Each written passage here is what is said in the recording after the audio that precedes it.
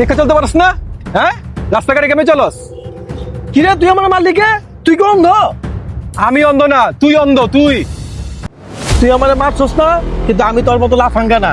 আমি ঠিকই এটার বিচার লয়া ছাড়ুম, কিন্তু এই বিচার করবো আমার বড় ভাই। আয় চল, তোর আমি বড় ভাইয়ের কাছে লাগবো। আয় বড় ভাই, আপনার কাছে আমি বিচার চাইতে এসেছি। ওই আমারে মারছে, আপনি বিচার করেন তো। রাস্তার মধ্যে চোখ বন্ধ করে আটতেছিল, তাই ওরা মারছি আমি। আচ্ছা ঠিক আছে, তোর 100 টাকা দে।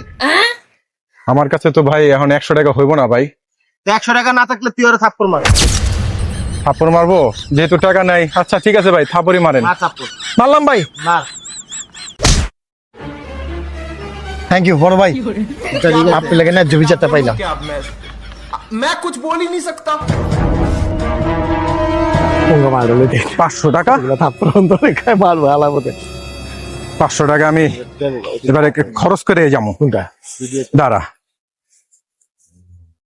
ভাই, এই 500 টাকা আমি রাস্তায় পাইলাম, ভাবতেছি এই 500 টাকা আমি এখানে খরচ করে যাবো।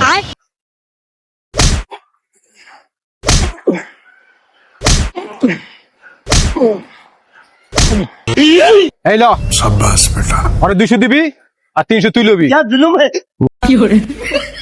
বাইগান। বড় ভাই একটা কথা কই আপনারে, আপনারা একটু লাভ করা দিই কর। বাকি 200 টাকা আপনারা রেখে দিন। ये कहाँ फंस गया भाई मैं?